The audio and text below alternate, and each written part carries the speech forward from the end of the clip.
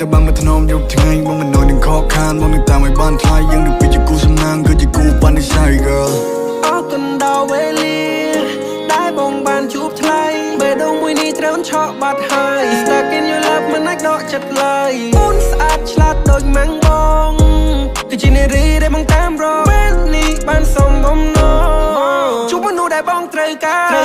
យណាស់បែបនេះ Give me some love oh baby please សាក់កាត់ទៅមើលបាយយើងជាសងសា3ឆ្នាំក្រោយយើងនឹងចូលរោងការរៀបការហើយបងនឹងផ្លែថាមានកូនបាច់ជាកូនស្រីសុំឲ្យស្អាតដូចអូនបងនឹងមកនសបាយហាហាអត់ទេយកបងធ្វើយ៉ាងម៉េចកូនជាមនុស្សស្រីកំរ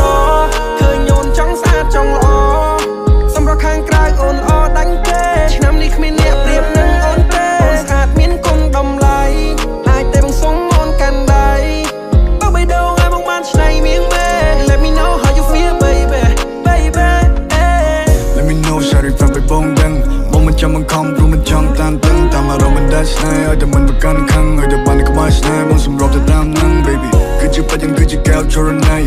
តែស្រមៃតែបានមកថ្នមយកថ្ងៃបងមិននន់នឹងខកខានមកនឹងតាមឲ្យបានថ្លៃយើងនឹងពីជាគូសំណាងគឺជាគូបាននិស័យ girl រំលងបងវាដែលឃើញនេះទប់ចិត្តមិនបាននឹងខ្ញុំស្រឡាញ់ភ្លាម oh no គេស្អាតតែស្អាតជាងដូចត្រូវឲ្យគុំនៅពេលកាច់មានញញឹមស្រស់ស្រស់បងស្អាតទាំងអស់អូបងមិនមើលខអូនល្អនឹងគ្រប់ចន្លោះបងក៏នៅកុំមុំឲ្យបងក៏នៅកុំលោះរៀបការជាមួយគ្នាទេវតានឹងជួយប្រោះ yeah baby នេះជានិស័យនេះជាព្រំលិខិតនេះជាក្តីស្រមៃយើងនេះដែលត្រូវចិត្តជាកាដូជីវិតនឹងជាបណ្ដោចិត្តនៅក្បែរអូនរហូតដល់កាយសាបអូនបើជាដល់ទៅលេបានទេបងនឹងថៃអូនមិនឲ្យអូនលំបាកទេ